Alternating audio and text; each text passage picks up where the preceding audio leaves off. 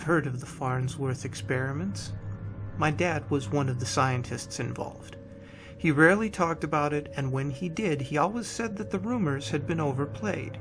The team tried and failed, nothing more to it. He seemed to get annoyed at me asking him about it.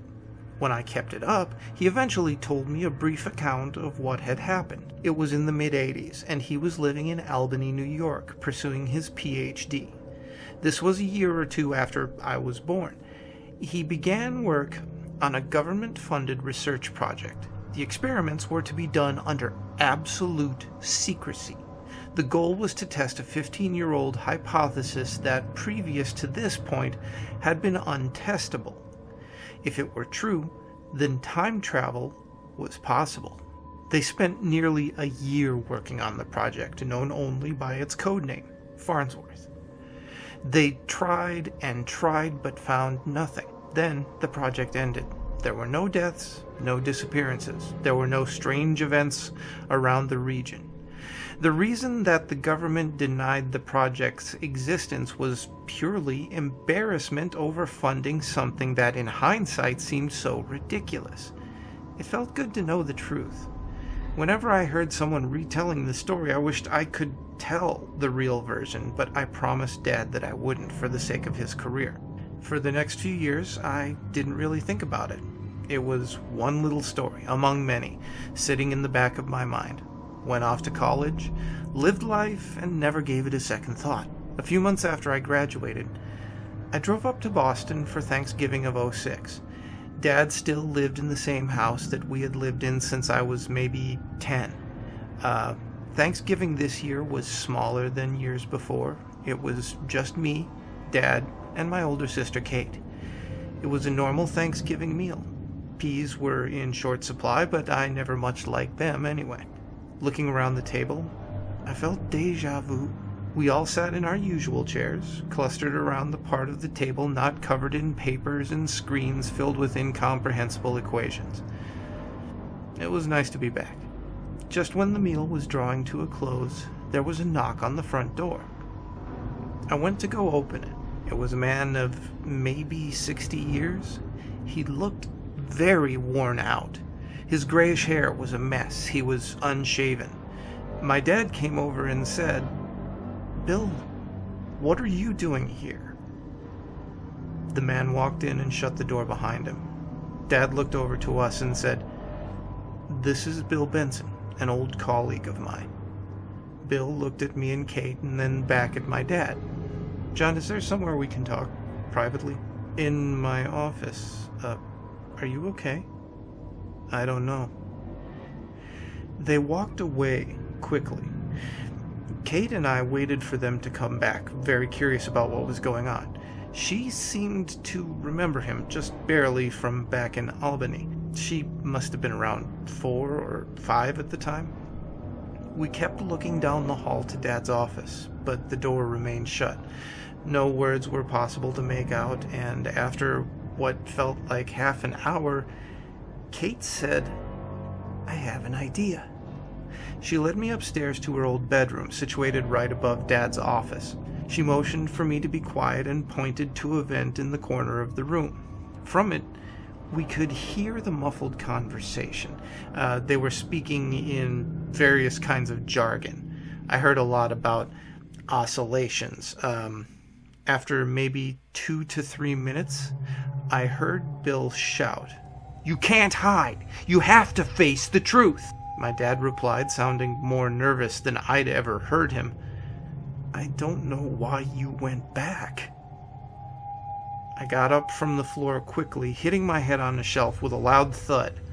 I heard the conversation stop. As me and Kate walked as quietly out of the room as we could, we heard footsteps downstairs. And as we descended the old wooden flight of stairs, Dad walked into view. "How much did you hear?"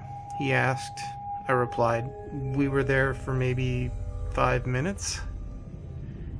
He told us to sit down at the table. We went back to the dining room. Bill sat there too, taking some old notebooks off the seat of his chair and putting them on top of the cluttered side of the table. Dad took a deep breath and started to speak. "Kate, Robert. I have some things I need to explain." He seemed to be very shaken up, but he was pushing through it to the best of his ability. "You know how I've said I worked on the Farnsworth experiments when you were both really little? Well, when I told you that we failed, that was a lie. It worked better than anyone could have expected, but there was a problem. A big problem. And now we don't talk about it. We think about it as little as we can, and we never go back. That's why we moved away from Albany. Now, Bill's problem is he went back. He shouldn't have. We can't get ourselves involved in it again." He looked at me and my sister. "For your own good, please don't try any detective work. Live as I live. Live like none of it ever happened. Those of us who ignore the past are fine. Now, we're going to eat dessert like nothing happened, and we're going to forget, okay?" I nodded, though my head was filling with questions. Bill looked over at Dad and said, "I can't just leave it like this. I tried for years. We have to find the ones they took. Emily might be out there. Don't you want to find her?" Dad said, "My wife is dead. She died in a car accident." Bill started to speak, but Dad cut him off. "If you want to stay for dessert, stay. But try to dredge things up that are meant to be forgotten, then you're not welcome in my house." I had never seen Dad act like this before. Bill looked at him and said, "I'm sorry, John." He got up, walked through the adjoining living room, and out the door, into the light snow. Dad took a deep breath and didn't speak for maybe a minute. Then he said, "I'm sorry you had to see that, but it's nothing to worry about. I'll get out the pumpkin pie." And then we ate in silence. A few weeks later, after I'd gotten over the shock of that night, I did some research on Bill Benson. At first, I couldn't find anything referencing from within the past 10 years. I found an old web page for a university that listed a William C. Benson as a professor. The photo was definitely him. I ran the photo of him through face recognition and found 2 matches. The first was old. In it were 5 people, some in lab coats. Benson was on the left, looking much younger. His hair was neat. He was wearing street clothes, also neat. And on the right were 2 women that I didn't recognize. They were the oldest of the group. In the middle were my parents, Dad, who looked nearly the same as after all those years, and Mom, who I only remember from pictures. Above them was a banner saying, "Happy New Year, 85. The photo was taken a few months after I was born. I saved it, then opened the second match. This picture of Benson must have been far more recent. He looked like he had on Thanksgiving, but older. His hair was grayer and longer. The photo had been taken in the dark with a flash, making the background hard to make out. The thing that struck me most about that picture was the look of absolute terror on his face. I closed the photo quickly and saved that too. I then noticed that they came from the same source. It was a blog with the 2 photos as the only posts. There were no dates posted on either. Whoever made the blog must have disabled them from showing. As the weeks and months went by, I tried to forget all of this had happened. Whenever I did think about it, I found myself filled with an equal mix of fear and curiosity. Forgetting over time became easier. I got a job in Tampa, Florida, and I was in and out of 2 relationships. Kate was living in New Jersey, working on her residency at a big hospital. We never talked about it. I assumed she was trying to forget too. Dad never said anything about it. He was completely normal. I took up photography as a hobby, and I was getting pretty good at it. 4 years after I met Benson, the family got together for Thanksgiving again. I flew up from Florida to participate. This time, there were more people. My aunt and uncle, a cousin, and Kate's fiance all showed up. It felt strange entering that house. The memories flooded back to me. I was the last to arrive. The large dining room table was cleared of the clutter that had filled much of it in the past, and I realized that I was later than I thought, as Thanksgiving dinner was nearly underway. I sat on the last untaken chair, the same chair Mr. Benson had sat on, and any anxiety that I felt began to fade after a few minutes. It was nice. I was with family. Dad was chatting about the goings-on at MIT, his research, who was getting tenure, the usual things. I occasionally thought I heard some nervousness in his voice, but it was too subtle to really feel. We ate pumpkin pie again, and the next day I returned to Florida. 2 months later, I got a call from Kate. Dad had disappeared. He hadn't been coming to work. He wasn't at his house. His car was in his driveway, and there was a search for him. I flew out immediately. They combed the area. They scoured databases, but even with his name, face, thumbprint, and retina, they found nothing. After a month, they stopped looking altogether. He was presumed dead. I wanted to tell the police everything I knew, but they wouldn't have believed me. Calling the Farnsworth experiments into it would be like blaming his disappearance on a UFO or Bigfoot. I did tell them about Benson. I said that if he was alive and anyone knew where he was, Bill Benson would. I told them that he was a professor at a local college around 15 years ago, but I didn't remember which one. They quickly found it, Bridgewater State University. He taught physics and math there for 10 years before resigning. It was clear that he hadn't had any professorships after that. He had completely dropped off of everyone's radar. The one piece of information that they could find about him was an apartment that he had rented 5 years ago. It was in Albany, New York. They couldn't get any other information. To them, Bill Benson was a dead end. I knew Dad was alive. He must have decided to go back, just like Bill. I had to find my dad and try and pull him out of whatever he was putting himself into. On February 16th, I decided to find Mr. Benson myself. In early morning, I packed up my luggage and checked out of my Boston hotel.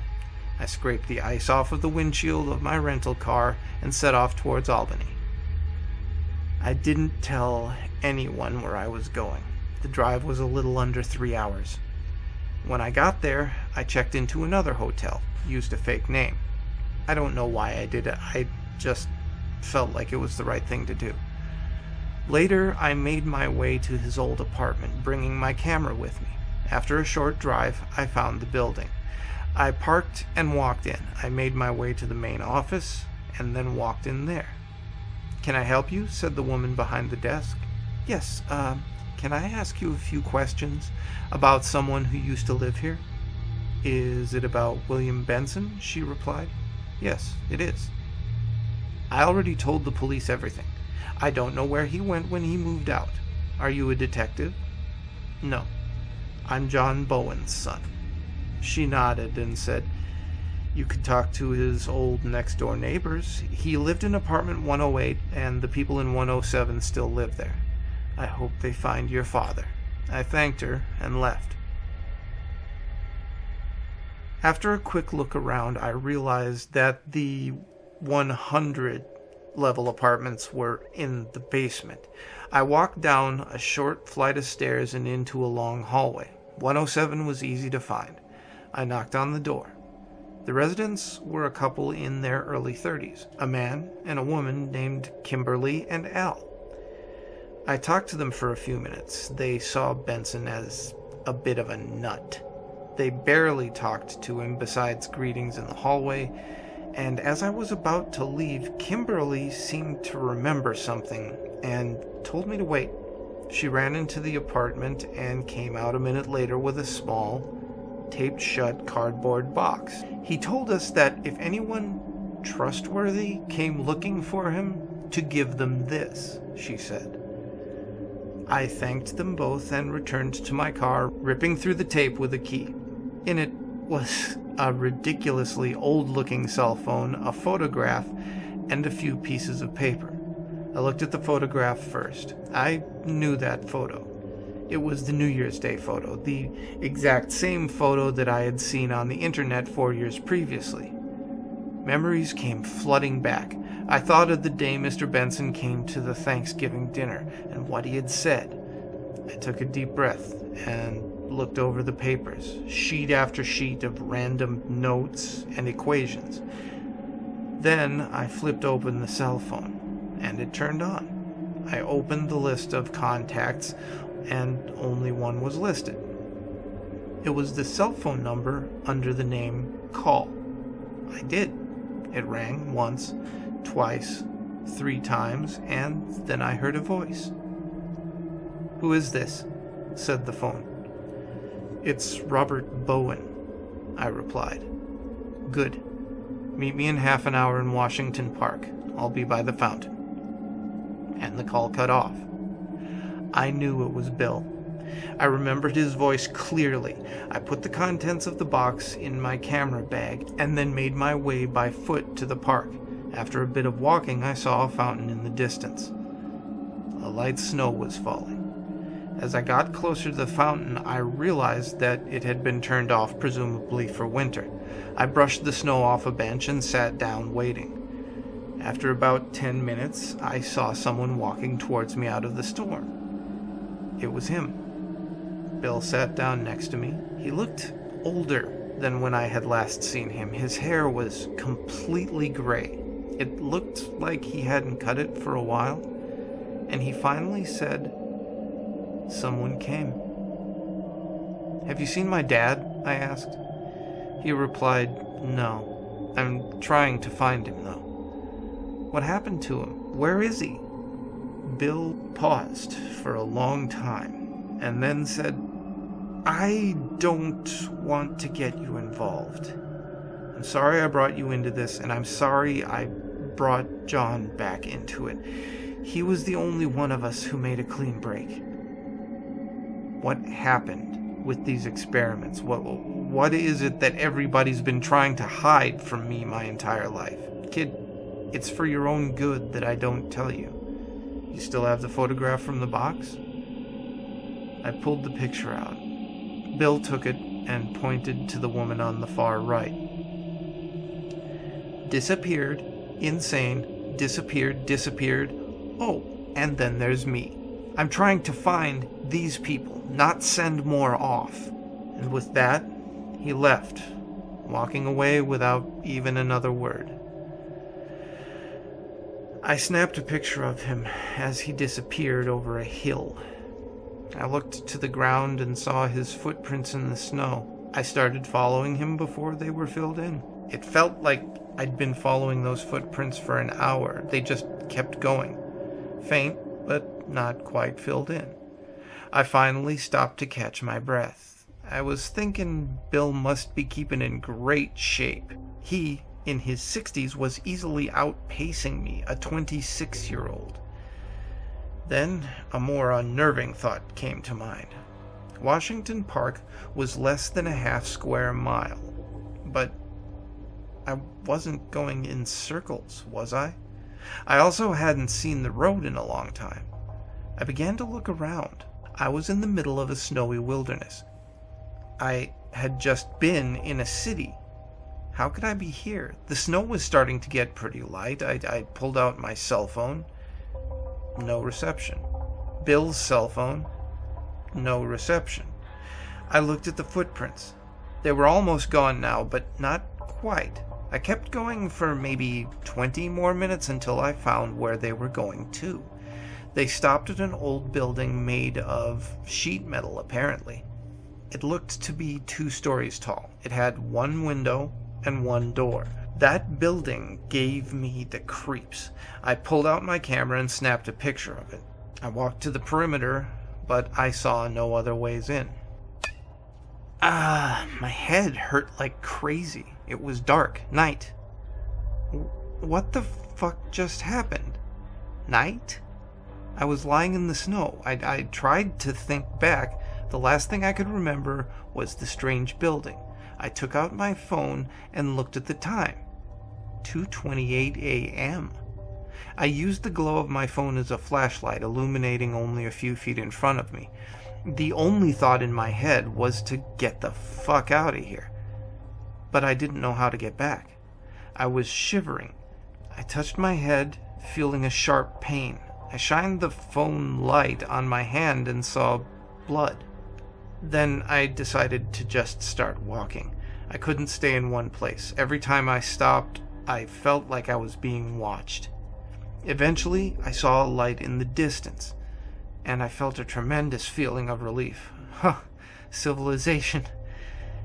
As I grew closer, the light grew brighter, but only one light. It certainly wasn't downtown Albany. Maybe it was a farmhouse, somewhere warm and safe. I began to run, cell phone outstretched, and I felt a sinking feeling as the source of the light grew more and more apparent. It was the sheet metal building. The light was coming from one of the windows, and then it turned off. The only light was coming from my cell phone. The woods were completely still. I was frozen in place. I didn't want to make a sound. The one door began to open, and I heard a familiar voice. It was Bill. "Robert, is that you?" said Bill as he stepped outside. I felt relieved. "Get inside before you freeze to death." I walked in and followed Bill. It was warm inside. The room was large and devoid of any furnishings. There were 2 flights of stairs, one going up, one down. "What is this place?" I asked. "This was our home base back in the 80s. "This is where the experiments happened?" "Yeah, exactly," said Bill. "Our lab was downstairs. Everything down there has been broken for a long time, though." "How did I get here from the middle of a city?" I asked. "It would take me days to explain. Just think of it as a result of the experiments." "Somebody knocked me out, Bill. How do you know we're not in danger?" "I'm sure it was a tree branch. The place has been calm for years. We're safe." I was beginning to settle down slightly. "I'm gonna go get some coffee. Would you like some?" "Yeah, sure," I said. He walked over to the flight of stairs that led up. After a minute or two, I walked over to those stairs, and I could see him boiling some water on a wood-burning stove. I walked over to the other staircase and shined my phone light down, revealing an old wooden staircase. I flicked a light switch, causing the room to fill with light. It was a laboratory, with many devices that I didn't know the purpose of. I nervously walked through it. On the other side of the lab was another door. I tried that one, opening it without resistance. I flicked another switch and saw another lab very similar to the first, but a little larger. I noticed a banner on the far wall. It was old and faded, but I could still make out what it said. Happy New Year, 85. I noticed on one table was an old notebook. I picked it up and opened it. It was lab notes of some sort, and I began to read. A lot of it I didn't understand, but one section was relatively clear. It was a series of journal entries by one of the scientists. Now, I don't still have the notes, but I'll try my best to summarize what I read. Early entries are calm and optimistic, lots of technical stuff. They ate pizza one night. Then there are the next few entries, more spaced out. They're mostly talking about an issue with something they call oscillators. The tone is wearier. Then there's a 3-month gap. The next entry was the last one, and I remember it clearly, word for word. It said, "We're being watched. I know it. I hate that hole." I didn't know what it exactly meant, but all of my nerve seemed to leave right then. I wanted to go back upstairs, but first, I'd take some pictures of the journal. It would only take a second. I took the camera out of my camera bag and turned it on. On the screen were flashing words, "out of memory." That was strange. To fill my memory card up, you would need a ridiculous number of photos. It was barely 7% full when I had last looked. When did I last use the camera? And how had I used it that much? Before I blacked out. I remember that. Then I heard faint footsteps from far away. "Got the coffee!" Bill shouted. "Be there in a minute," I shouted back. My mind was now focused on this new, peculiar problem, and I began to scroll through my photos. Each picture had a number, the date it was taken, and its size on the screen around it. There was a picture of Bill's old apartment building. There was Bill running over the hill. There was the metal building. There it was again and again. How many pictures of it had I taken? I must not have blacked out. I lost a portion of my memory. I kept clicking through the pictures. I must have been taking them like mad. In the pictures, I walked back into the woods. There were 10 or 20 of snow and trees. Then one of a man, I think it was Bill. He looked mad, and I couldn't remember any of this. I'm guessing that he was mad that I had followed him. He calmed down in the next few pictures. We then showed up back at the metal building. I had no idea why we went back. Bill opened the door, and we went in. "Coffee's getting cold. I'm almost done here." The next few pictures were of the ground floor of the metal building, but it was filled with furniture. All of it looked like it had been falling apart for a long time. Where had it all gone? I felt a chill run up my spine. The next few photos were of that first lab. I must have been trying to document every machine that was in there. Finally, I got to a photo of where Bill was reaching for the door to the second lab, the room I'm in now. I must have gone through the same routine again, photographing everything. There was the banner, there were the lab notes, then one photo showed up that confused me. It was of another door, one that I didn't see anywhere in the room. The file size on the photo was 15.3 gigabytes. "Are you coming? Don't stay down there too long." The file sizes were expanding with each image. The next was a look at the door from farther away, then one of Bill opening the door, obviously straining himself. The screen on my camera labeled this photo as the fourth from the last. 3 more. I pushed the button to see it next. It was Bill. He looked terrified, and then it hit me. This was the same photo that I had seen online 4 years ago. The background was too dark to make out what was in the third room. Whatever it was had to be horrible. I could see it in his eyes. "Look, I'll just bring the coffee down to you then," Bill shouted calmly from 2 rooms away. How could he be so calm after what he'd seen? How could he say everything was safe? My fingers shook, but I managed to move on to the next picture. It was a hole, going way deep down. The instant the light from the photo hit my eyes, I felt a horrible feeling. I knew something was out there, watching me. I felt it. I felt it watching from every angle. I quickly pushed the button. I couldn't stand looking at that picture for another second.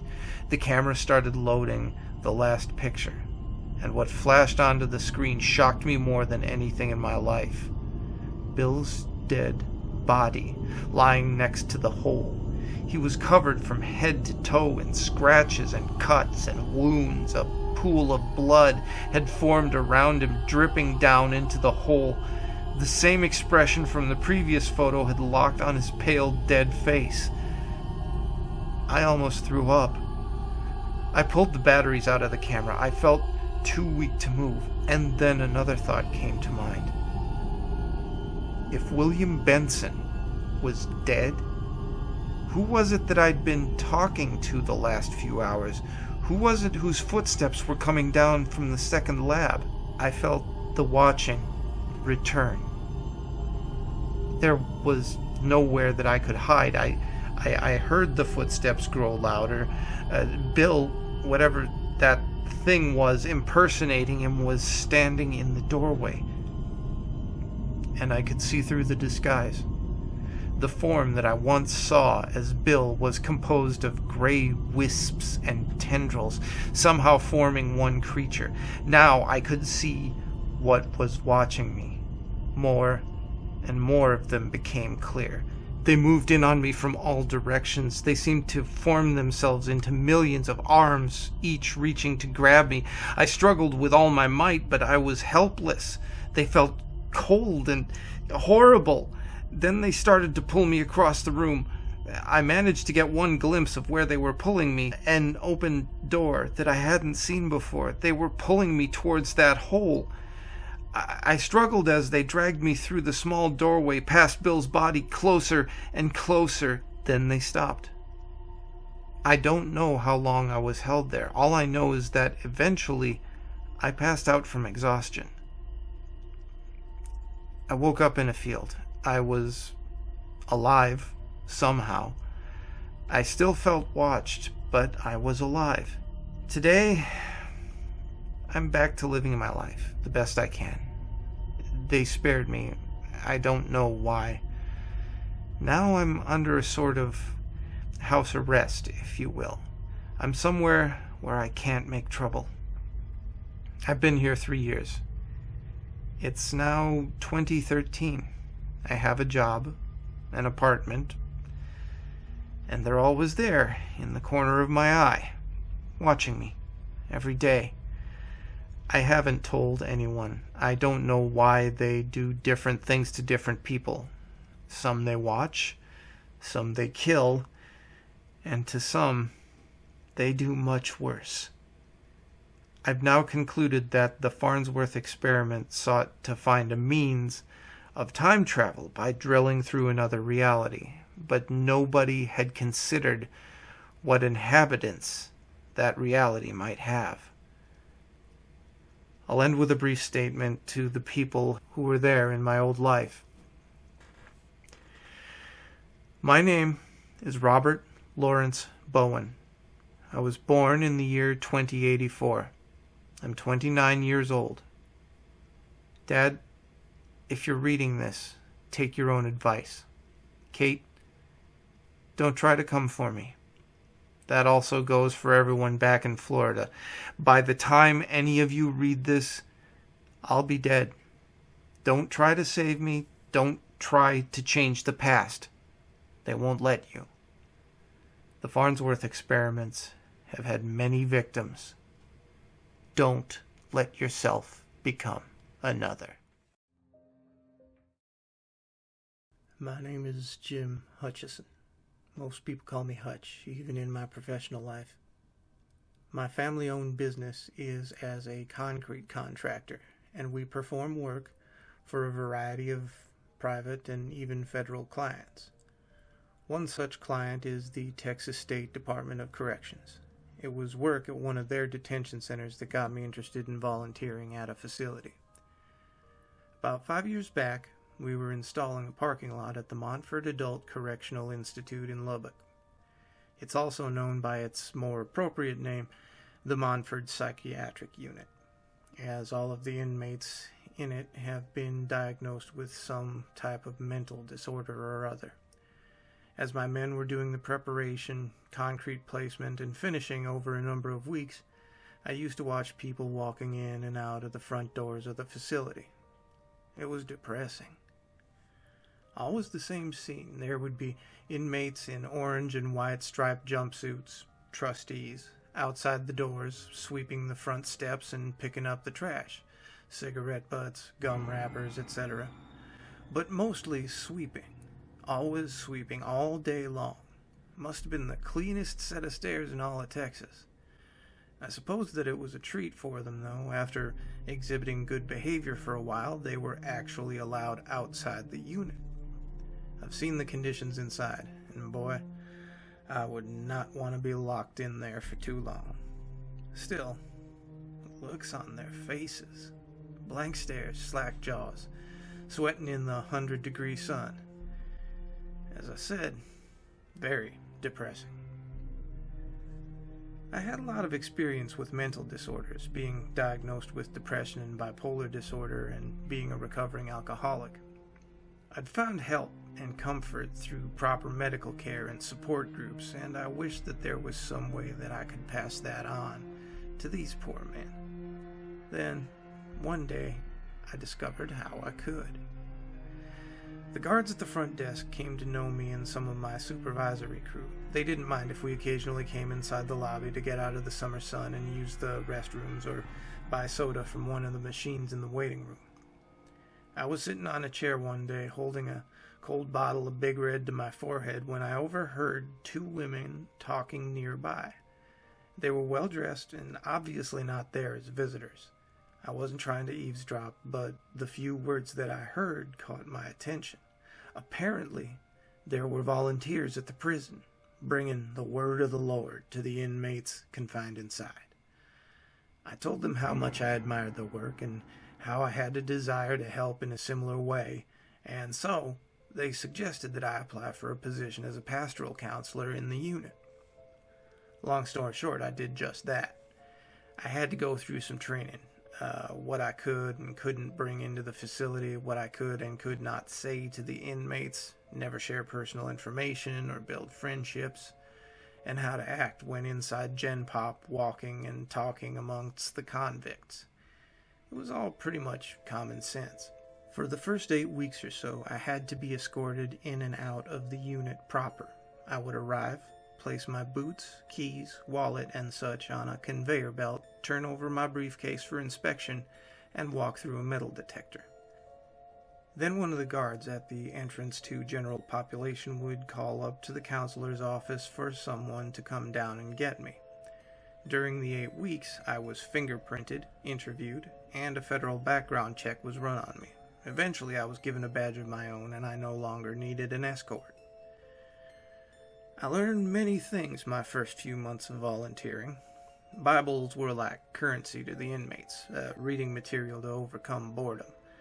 Pencils weren't allowed in the cell blocks, so the men loved meeting with me to write journals. They spent most of their time doodling ideas for tattoos. The really sick ones, the mentals as the guards referred to them, were not allowed into Gen Pop and looked forward to my visits. Most of all, I learned how easy it was to get in and out of the prison. Not that I ever would have done it, but I marveled at the fact that given the right inclination, a body could make a mint smuggling in cigarettes or booze stuffed into their socks. I followed the same ritual every evening that I visited. I would park in the lot, walk past the trustees who swept the front steps. Wow, did they ever stink! And enter the facility. The guards got to know me and grew comfortable with my visits. They began waving me through the detector without having to remove my boots or open my briefcase, and eventually started letting me avoid the security check altogether. Next, I was allowed to bypass the desk and go directly behind a filing cabinet where I could retrieve my badge. I wasn't permitted to take it outside the prison. Then I'd get buzzed through an unremarkable metal door and walk down a long, unadorned hallway. At the end of the hall was where the genuine security measures actually began. The hallway terminated at another door, this one made of double layers of thick, cloudly bulletproof glass supported within a frame of 4-inch by 4-inch square steel tubes. I would approach and stand under a camera mounted above the door, lifting both my face and the badge toward the camera in order for the guards inside to verify my identity. Once done, the door would slide open, allowing me to step inside an airlock of sorts. Then the door would slide shut behind me. The compartment was a triangular room with 3 doors, all similar, and a window set into the side. The guards in control of the doors sat behind the window and would control the doors, opening only one at a time. I came to call them doors number 1, 2, and 3, sort of like that game show Let's Make a Deal. I always entered through door number 1 and then was allowed to pass through door number 2 into the prison's Gen Pop. From the start, I'd always gaze at door number 3 and wonder what was behind it, as it was the only door with darkened glass. Since no more than one door was ever open at a time, I never got my peek inside. During my orientation, I was told that the prison's infirmary was back there. When door number 2 opened, the stench was overpowering. No matter how many times you'd enter the block, you never did get used to it. Mostly it was the reek of urine, but it was accompanied by an underlying sweet citrus smell as the result of the cleaning fluid that they ineffectively used to mop down the halls. Inmates ambled up and down the hallways, always giving you the once-over with their eyes. Occasionally they'd lock eyes with you and try staring you down. During orientation, we were told never to look away, to stare them down as you would a stray dog. Looking away would be a sign of weakness. It may seem cruel, but you had to keep them beat down. You had to constantly remind them that you were in charge and they were nothing.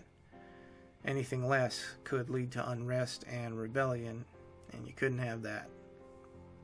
The mentals were up on the 9th floor. The elevators, like the doorways, were controlled by the guards and monitored by cameras.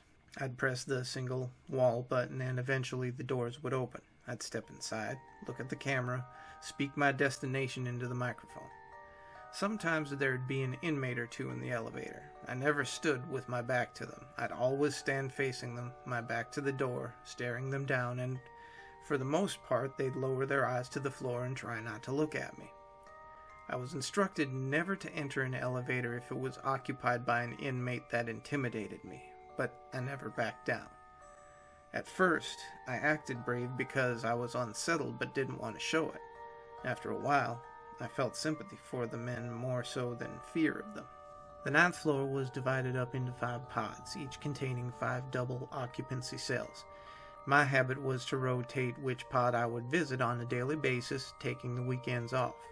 Even though I was educated not to make friends with the prisoners, I have to admit that I looked forward to the visits as much as they did. Sometimes heavily medicated and by far the calmest group of men in the facility, they, save for a few odd ducks, were among the nicest people that I'd ever met. So it was, day after day, week after week, month after month, that I would follow the same routine. There were occasional variances on some days due to fights or unrest among the inmates in general population, but one thing never changed.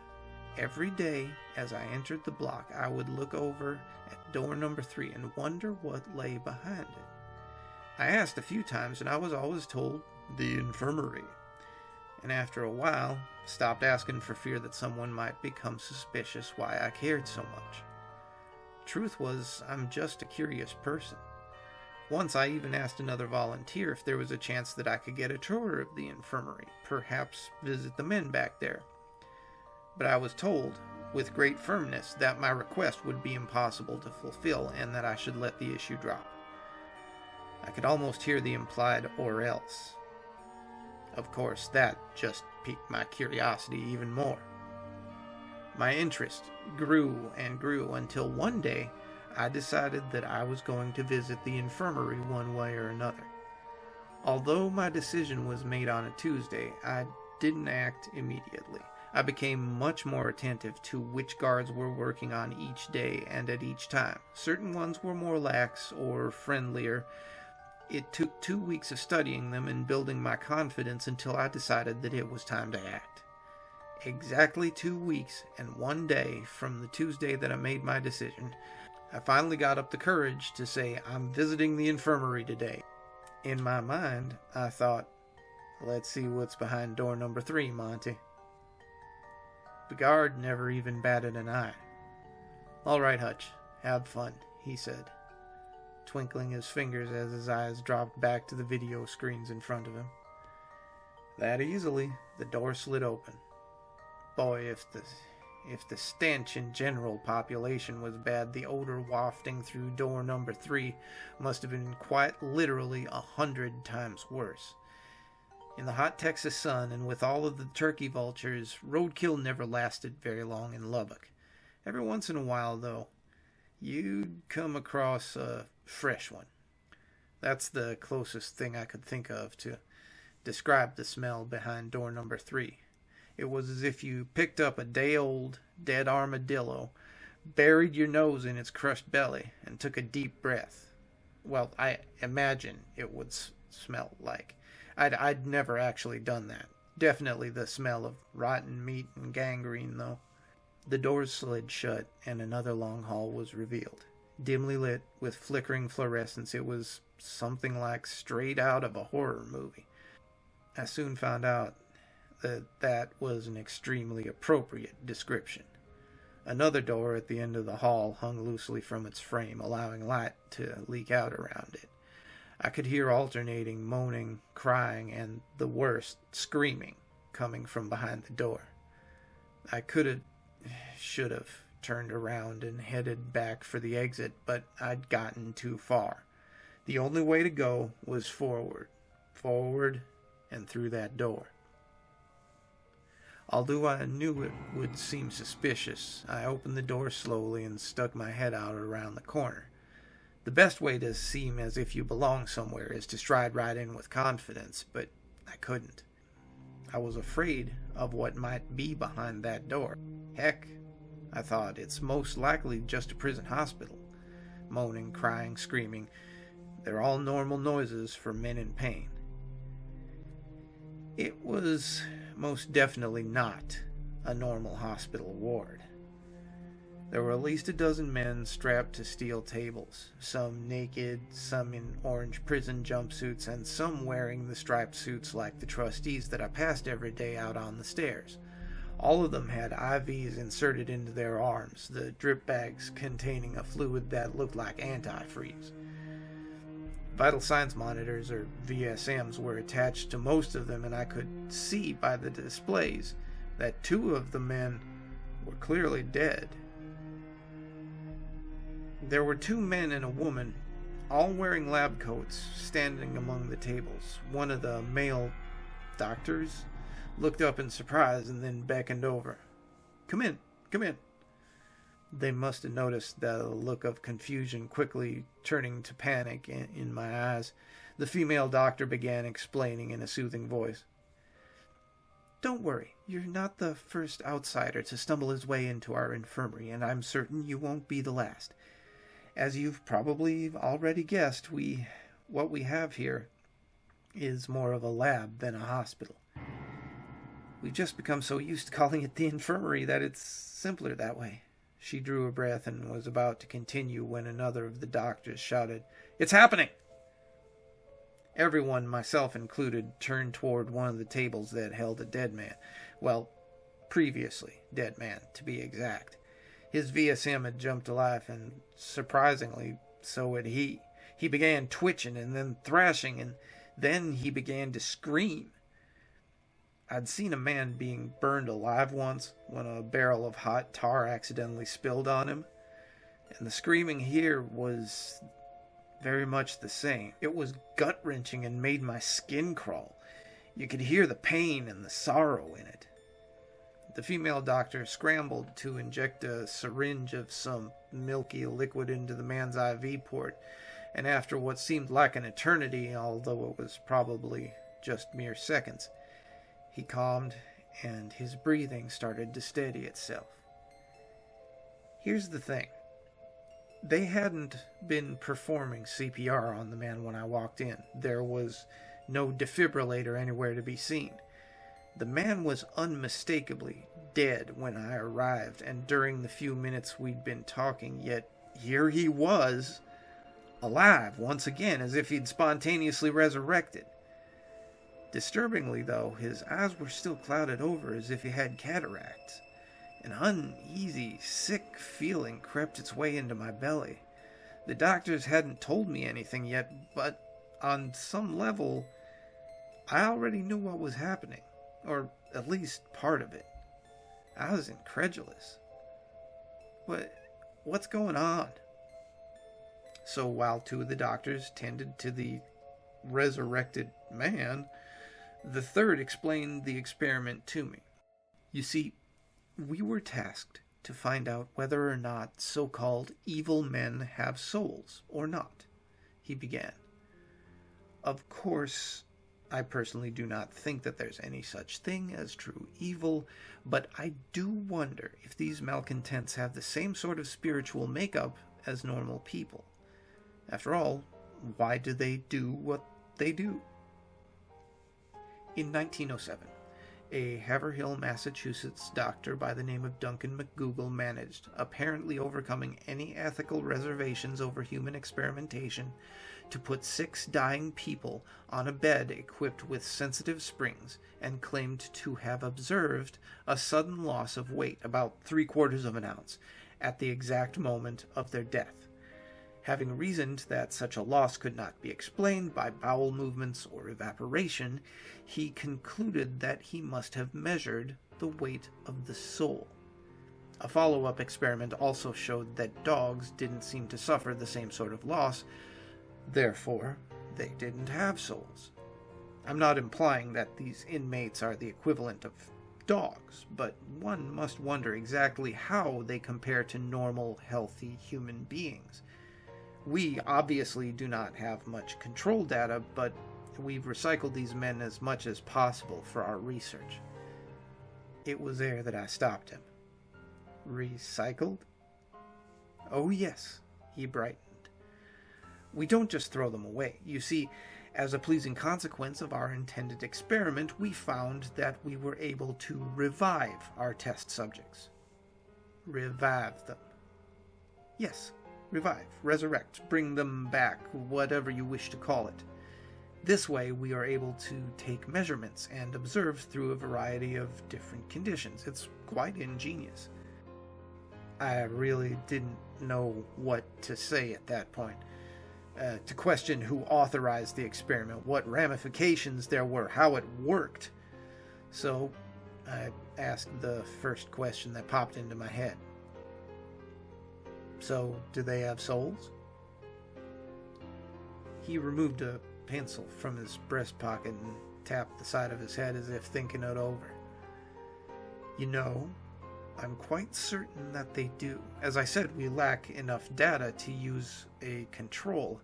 However, it seems each time we bring them back, they lose a little. Until it seems it's all gone.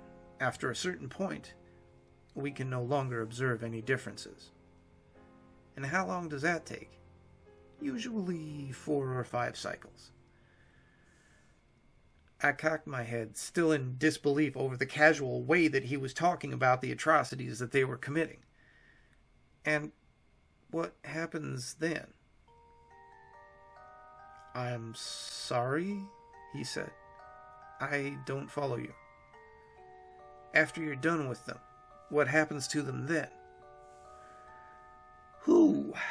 He blew air through his pursed lips. Yes, that's the problem, isn't it? That's currently the little snag that we've run into. You see, eventually they just stop dying. He must have seen the look on my face. I mean, it's not as if we haven't tried. We usually put them down in a most humane way, sedation, paralysis, and eventually with an injection of enough potassium to stop their hearts. Then we revive them and do it again, and again, and again. Each time, it gets a little more difficult to put them down until, well, we just can't do it anymore. What? I was just about screaming. In simpler terms, they're basically incapable of dying. Quite a problem. And they really start to stink, he said, as if that were the chief problem. Can't you burn them or cremate the bodies?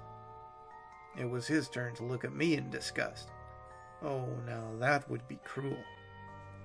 I held my head in my hands and I began to hyperventilate. So, where are they? Well, he said, outside, sweeping the steps. With that, I began to feel lightheaded. What caused me to faint, though, was his next question. Mr. He looked at my badge, then into my eyes. Hutchison? Would you consider yourself to be a good person? Do you believe that you have a soul? September 21st, 1945. Dear Abigail, it's been so long since I've seen you, since I got to hear your laugh, since I got to see you smile. I bet you're still as gorgeous as the day I met you. Sadly, I can't say the same about myself. Abby, you have no idea how much I hate writing this, but I don't want to shock you when you see me in the flesh. I've been wounded, quite seriously, though I haven't really let it sink in yet. I'm pretty sure that I'm close to a breakdown, so I need to get this all out of my system. I was with 3 others, McCamey, Corrigan, and Bennett. All 3 were older and more experienced than I was, having been some of the first boys to sign on, willingly, whereas I got drafted a few years later. McCamey was the oldest of our group, and he took it upon himself to teach me how to survive it under fire. I never would have made it past the first few weeks if it hadn't been for him. Corrigan was the second oldest of the group, and he'd been one of the first in the trenches. He'd done some incredible things, but he was a silent, morose man, and I never did learn much about him beyond his name and where he'd been stationed. You know how there are some people that just rub you the wrong way? Well, Bennett was one of those guys. I'm sure he was from a well-to-do family, and if I had to bet money, he had probably tried to bribe the drafters to let him stay home. I've never met a more nagging, self-centered son of a bitch in my life. And we were stuck with him. And we clashed constantly over the most trivial of shit. But thankfully, I had McCamey's company, and he was a decent guy. He told good jokes, shared the stash of cigars with us, and he acted as the leader of our little band, which I'm sure ruffled Bennett's feathers no end. You remember that letter that I sent you? The one where I said that we'd be coming home a few weeks early? I'm sad to say that I've been delayed, although in this case it was for a good reason. You see, even though Hitler was dead and most of his empire had fallen, there were still some rats in the rubble, and some of us were called back to provide what we like to call pest control. Our unit was on the trail of one Johann Hess and some of his toadies. Hess, mean son of a bitch Nazi if ever there was one, was the kind of man who would smile at you like it was your friend, shoot you in the gut as he did, and not ever take his eyes off yours. He was one of the last remaining scumbags in Hitler's higher echelon. From what I was told, it sounded like he was a member of Hitler's occult group, the Thule Society. I didn't know much about it when we went in, but now I've learned that Hitler was obsessed with various forms of magic, alchemy, voodoo, pagan rites, even the Jewish Kabbalah that some say Rabbi Loeb of Prague used to make a golem. Pretty crazy, right? I also found out that the Thule Society had been conducting global investigations in countries that they deemed places of interest. Africa, Haiti, Greenland, Scotland, Saudi Arabia. Looking back, I don't think that knowing any of this beforehand would have helped. I'm not the most historically versed gent in the world, and I wouldn't have cared or remembered all of the info. All I was concerned with at the time was bagging Hess. But I can't stop myself from wondering if things might have gone differently if my comrades and I had even the slightest inkling as to what we were up against. We were crossing through the Vishka Forest. It's a pretty big place, big enough so that it seems like it goes on forever. It's filled with the tallest trees I have ever seen, and it was so damn quiet in there. I never saw a single fox, rabbit, or bird while I was in there, and the others didn't see any either. We'd been in the forest for about a day, and the sun was going down. It was getting colder, and the sounds of the animals were getting louder as we went deeper in. Why can't that stupid kraut just surrender? We've been here too damned long, whined Bennett, earning him a glare from McCamey. "Shut up, Bennett," he growled. "We might actually catch him if you keep quiet." Bennett scowled, but he did as he was told. That was another thing about him that I didn't like. He was a coward. And cowards, well, they have no place in the trenches or on the battlefield. He stayed silent until we set up camp. The spot we picked was a small hill surrounded by trees on all sides, littered with old stones that jutted up from the ground in such a way as to provide excellent cover should we come under fire. I'd unrolled my bedroll and I was about to lie down when I heard a long, low, whistling howl that seemed to split the night like a missile through a cloud cover. Each of us started and turned heads out in the direction of the howl. The sound had come from the north of the hill, which was densely wooded save for a clearing that was big enough to be seen from our vantage point. The howl died down quickly, but none of us moved or spoke for a few good minutes. The one who broke the silence was Bennett, who asked, "What the hell was that?" in a low, trembling voice. I could see the desire to run away on his face, clear as day. "I don't know, but it didn't sound like any wolf I've ever heard," muttered Corrigan, his hand straying to his sidearm. "You think Hess and his goons were the ones making those sounds?" I asked McCamey. The old soldier opened his mouth to reply, but he was interrupted by the sounds of distant gunfire. Then the racket stopped, or was cut off abruptly, and the suddenness of it made sure that any hopes that we had of getting some shut-eye were completely dashed. For the next few hours, we sat crouched behind some of the stones, guns at the ready. My grip on my rifle was so tight, it was a wonder that I was able to uncurl my fingers after the first hour had passed. The feeling of dread that hung over the camp was like a fog. I could taste it in the back of my throat like bad medicine. Now, I've learned the hard way to be wary, Abigail. I learned from watching my comrades get cut down in ambushes, from waiting in muddy trenches and listening to the airplanes roar overhead, from seeing the shadowed SS soldiers pouring out from their tanks like jackbooted ants. I felt like we were under attack, but there were no bullets or bombs, nothing. I couldn't even hear any birds around us. All I could hear was the wind sighing through the trees. My fellow soldiers, they were looking itchy too. They fingered their triggers or plucked at their fatigues restlessly. Eventually, McCamey and Corrigan ventured a ways down the hill to gather firewood while Bennett and I watched their backs. Once the fire was lit, I let its warmth loosen my joints and tried to calm down best I could, but the unease was still coiled around my heart like a python. I decided to get up and pace the camp, letting the fire's glow illuminate my path. It was this glow that led me to notice something about our surroundings that I hadn't picked up on before. The stones we were using for cover weren't spaced naturally. There was an artificiality about their positions and their distances apart that I hadn't noticed before. They were arranged in a pattern. I paced it out and drew a mental picture of it, and what I got was the impression that the stones formed a crude spiral, with our campfire resting right in the center. Something about that mental picture made me shudder. I don't know what it was, but it ratcheted up the tension in my body quickly. I decided to stop looking around and then return to the campfire.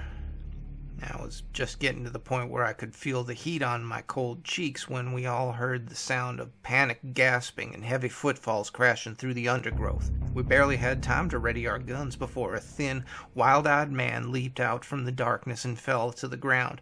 Panting and wheezing in the fire's light, I could see the black cloth coat, the muddy jack boots, and the silver swastika pinned to his lapel.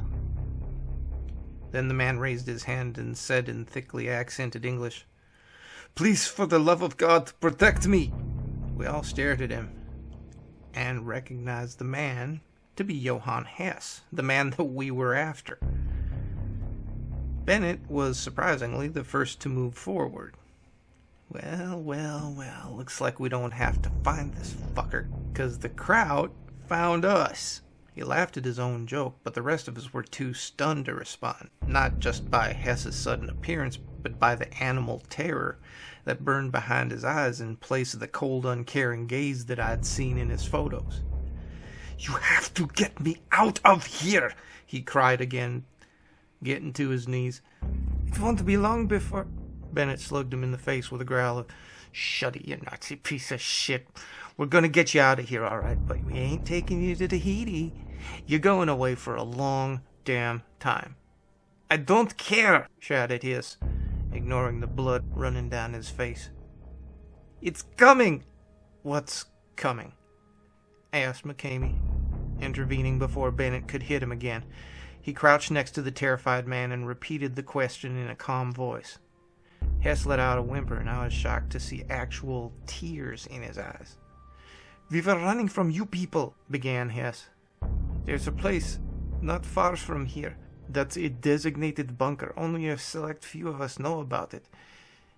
It's near the clearing." "Who else is with you?" asked McCamey, his voice still soft. "Ora Grimmel, Arnold Kraus, Emil Todt," said Hess, his voice still teetering near hysteria. "Where are they?" asked Corrigan, sounding impatient. The Nazi shook his head. "Dead. All dead. It took them." The stillness fell over the camp the moment those words left his lips, and I felt the hair on the back of my neck prickle. "What the hell are you talking about?" asked Bennett, trying to mask his growing fear, and failing. Hess's breathing began to quicken as he raised his dirty, cut-covered hand to his mouth and bit at his knuckles. I watched as he sobbed brokenly through his teeth. We were at the bunker," he whimpered. "We didn't know that it was a place of interest until later. It was built near an old graveyard, one that was here before the Christians came, a pagan burial ground." Bennett started to interrupt, but a harsh shh from McCamey silenced him. "Some of the men who were there previously had been excavating it," continued Hess, his eyes glazing over as his hand dipped limply to the ground. "They had several items of personal interest to the Fuhrer, old grimoires, ceremonial daggers, and an iron coffin. An iron coffin inscribed with runes and held shut with chains. I'd been there previously and had overseen some of the work before I was called back." Hess swallowed thickly and shuddered. I could feel the cold begin to nip at my fingertips, and I shivered. "When we returned, we found that everyone in the bunker was dead. They'd been torn apart like some wild animal had been at them. And there were bullet casings everywhere, a whole field of them. But we didn't find any bodies. There weren't even any footprints in the blood. All of the men had been killed before they could even run." Off in the distance, I thought I heard something moving through the trees. And the coffin, it was open, and it was empty," continued S. "Then we heard it moving through the darkness, something fast, not human, and untermenschen, but not." He was silent for a moment, and it took some prodding to get him talking again. "Gimmel tried to fire on it, but it caught his head in its hands, and it crushed it like it was made of clay. We ran, but it caught Todt and then Kraus, and it dragged them away." "To do what?" asked McCamey, his face stony. "Why are you indulging him?" snarled Bennett. "He's lying to us. Just shoot him." "Bennett, shut up," said Corrigan, his voice steely. Bennett rounded on him with his gun in his hand. "Try some, you stupid cowardly shitheel." Corrigan narrowed his eyes and took a step forward. "Put that gun away, rich boy, and we'll see who's a coward." Their bickering grew in volume and intensity, but my eyes were still fixed on Hess, who was shaking like a whipped dog hearing the sound of a belt. His eyes went from one side of the camp to the other, hardly blinking. McCamey stood up and went over to intercede, so I was the only one within hearing distance to actually hear what Hess whispered next. "The Revenant, the undying ghoul, they released it now, it's after me. To take me and eat my flesh, to take my soul, to live even longer, to live forever, and to keep eating. Untoten, it knows my name. It knows my name." Somewhere close by, a twig snapped, and then the cold grew worse, spreading deeper into my bones like liquid. The wind picked up, and the fire guttered, dimmed, and then flared upwards like a spear of light. Voice came into the camp from all sides, coming in on the cold breeze that stirred the thin branches of the trees and made the leaves rustle. Despite the noise, the voice was still distinct above everything else. It was chilling. The voice was so lonely and yet so angry. It made me want to run as fast as I could away from the camp. "You see it?" shouted Hess, getting to his feet and pointing to the shadows that lay just outside the campfire. "It's here! It's here! It came for Kraus, it came for Gimmel, it came for Tot, and now it's coming for me. Mein Gott in Himmel, it's almost here!" Corrigan grabbed the Nazi and threw him to the ground as the rest of us rose to our feet and readied our guns, training them at the deep darkness around us. There was a moment of silence in which I could hear nothing but my own heartbeat. And then the voice called out again, closer, but still impossible to pinpoint. Bennett, still hot from his argument, was the first to fire, letting off a spray of lead that was swallowed up by the darkness. He kept firing until his gun clicked empty, and by that time he was soaked in sweat and his eyes were wild. Voice was even closer now, and it seemed to me that all of the loneliness and anger that I had heard before had transformed into something else. It sounded hungry. "Come out and fight, you coward!" roared Bennett, searching his pockets for more ammo. Just as he'd pulled out a handful of bullets and was starting to reload, a figure shambled out from the deep shadows and came into the light. Honey, have you ever seen one of those dime store horror comics before? The ones that have zombies or living corpses on the covers? Those illustrated monsters are as close as I can get to a good comparison of the creature that came into our camp that night.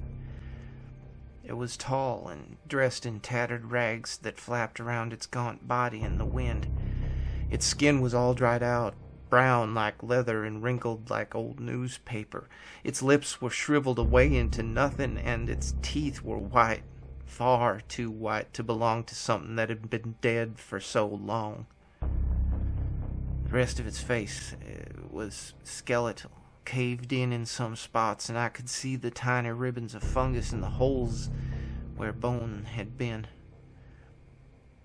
It didn't have eyes either, just two deep dark sockets that stared ahead into space. But despite that, I got the feeling this thing could see just fine. It took everyone a minute for what we were seeing to finally sink in, and by then the Revenant had already made its way into the heart of the camp. Bennett was the first one to start screaming, and that scream jolted us out of our horrified stupor. McCamey, Corrigan, and I aimed all of our guns at the thing and fired. The bullets tore through the Revenant in tiny little flurries of dust, but it just kept coming. It said, opening its lipless mouth and pointing a withered finger at the cowering Nazi, who broke out into what sounded like a prayer. Corrigan was the first one to run out of bullets, but when that happened, he opted to try attacking it with his Bowie. He unsheathed it and ran at the Revenant, bringing it up and then down in a deadly arc as he did. The thing just caught the knife with one hand and tore it free from Corrigan's grip. The sound of his fingers snapping like sticks echoed across the camp. Corrigan howled in agony as he fell to his knees, and I could see the blood gushing from the pulped mass that had once been his hand. And then it grabbed Corrigan by his scruff, hauled him up off the ground with one hand, and it threw him, still screaming, into the fire. I can still smell his hair burning. Bennett was the next to die. The Revenant simply lashed out with one hand and broke the poor bastard's neck. That left me, McCamey, and Hess. The Revenant moved closer, still hissing Hess's name. McCamey fired off a few more shots at close range, but the bullets had no effect on it, so he reached for one of his emergency flares, probably hoping to light the living corpse on fire. But Hess moved quicker. He reached around and unsheathed McCamey's knife, and then he held it to his throat. Turning to me, he barked, "Stop that monster or your friend dies." What could I do? I couldn't let my only remaining friend in this godforsaken country die, so I reached out and I took the flare from his belt. Then I lit it up and faced the undead monster. The Revenant was close enough now for me to see the atrophied muscles beneath its leathery hide move and contract. Its breath fell upon me and it was so cold it burned. Then it opened its mouth just once more and said in that awful whispering hiss of a voice, Screaming in terror, I lifted up the flare and threw it as hard as I could. The red flame made contact with the dried rags that clung to the Revenant's body, and they burst into flame. But the Revenant kept coming, even as the smoke began to drift up through the hollow eyes and rotted mouth, even as the bloated stomach popped like a blister and spilled the slime-encrusted remnants of its last meal, even as it reached out for me. The last thing that I felt before passing out was its hard, bony hand pressed against my face and the flame searing my skin. I awoke some time later. The campfire had gone out. The darkness of the night was giving way to the pale blue of dawn, and both McCamey and Hess were dead. McCamey lay a few feet from me, his blood drying in a vague halo around his head. His throat had been opened wide by Hess, probably in a last-ditch effort to save his own skin. At least he died quickly. I found Hess, or what was left of him, hanging from a stake amidst the cold embers of the campfire. His body had been torn apart, and what hadn't been taken had been placed inside a crude bag made from his own pale skin. The Revenant was gone, with only a few smoldering footprints and some charred scraps of desiccated flesh to mark its presence in the first place. My face felt like it had been doused in hot grease, and it was only after I managed to stumble back to civilization that I saw what the Revenant had given me in retaliation for standing in the way of its prey. Abigail, the Revenant burned its handprint onto my face. The doctors say the scarring won't be too bad, but it'll still be noticeable, and it still throbs with pain. Sadly, I can't get any skin grafts, as the doctors say that they don't have the equipment to do that procedure. I hope that you can still be with me, even with my new face. Something tells me that I'll be needing your company for a very long time. I can still hear the Revenant's call sometimes, but when it's dead of night and I'm trying to sleep, I know it was real. I know I'm not crazy, but I haven't told anyone else but you. Please don't tell anyone else. Just, if you could, please wait for me. And when I get back, you can see the evidence for yourself. I love you, Abigail. And that's what's been getting me through the night.